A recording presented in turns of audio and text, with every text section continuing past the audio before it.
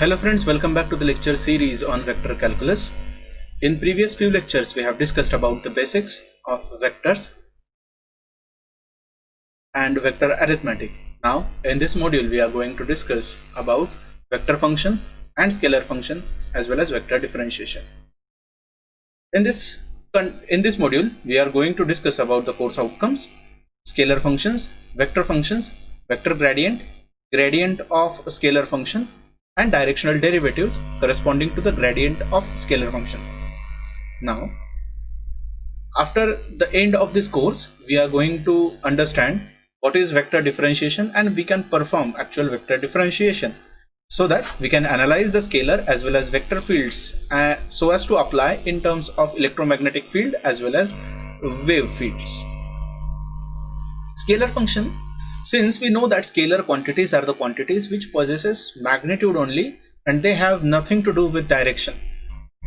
So a single real number can represent a complete scalar quantity. For example, temperature of any particular object at any particular time. So that value of the temperature gives a full idea about the scalar quantity temperature. So similarly, we can define scalar function as, if we consider any point P in the field or in the region R with coordinates x, y, z, then there corresponds a unique scalar function phi of P, then that phi is known as a scalar function of P. That is, we can define scalar function in terms of variables x, y, z. It is a function which depends on variables x, y, z for achieving its value, and it has nothing to do with its position in the coordinate plane. So let's discuss about the definition of scalar function again. So phi of x, y, z is said to be a scalar function if it depends upon the variable set x, y, z for its values and it is independent of its position in the Cartesian coordinate plane.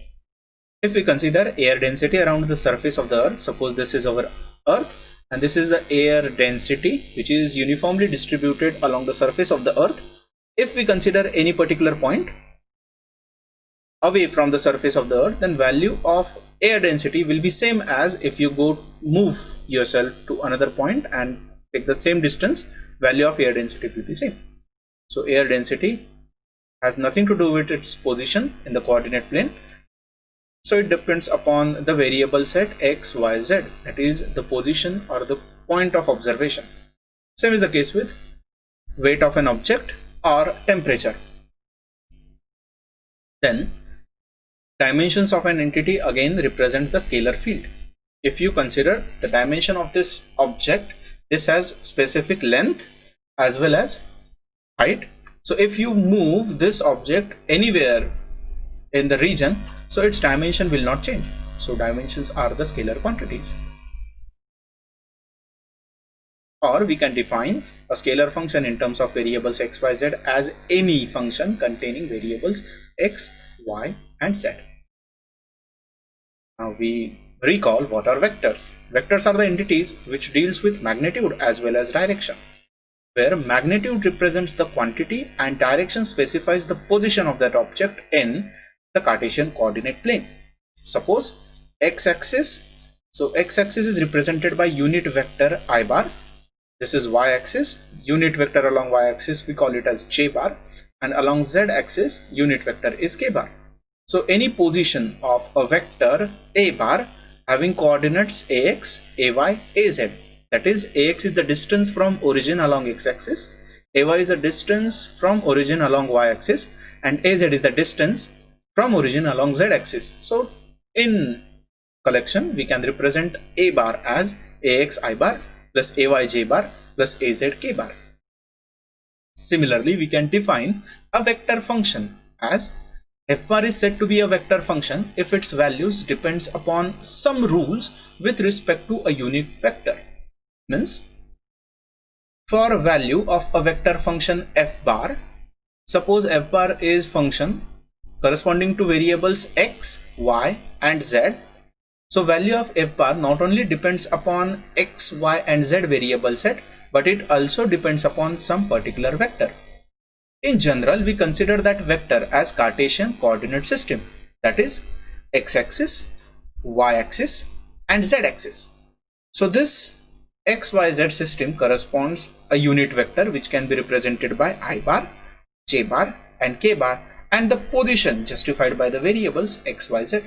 So we can define f bar as vector function in terms of variable XYZ as f1 is the function along x-axis containing variables XYZ, f2 is function of XYZ along y-axis, and f3 is the function with respect to variables XYZ along z-axis. So it is kindly confusing to understand or to imagine how a vector function can be visualized. So we can consider general example. So we can consider if you put yourself at this position here.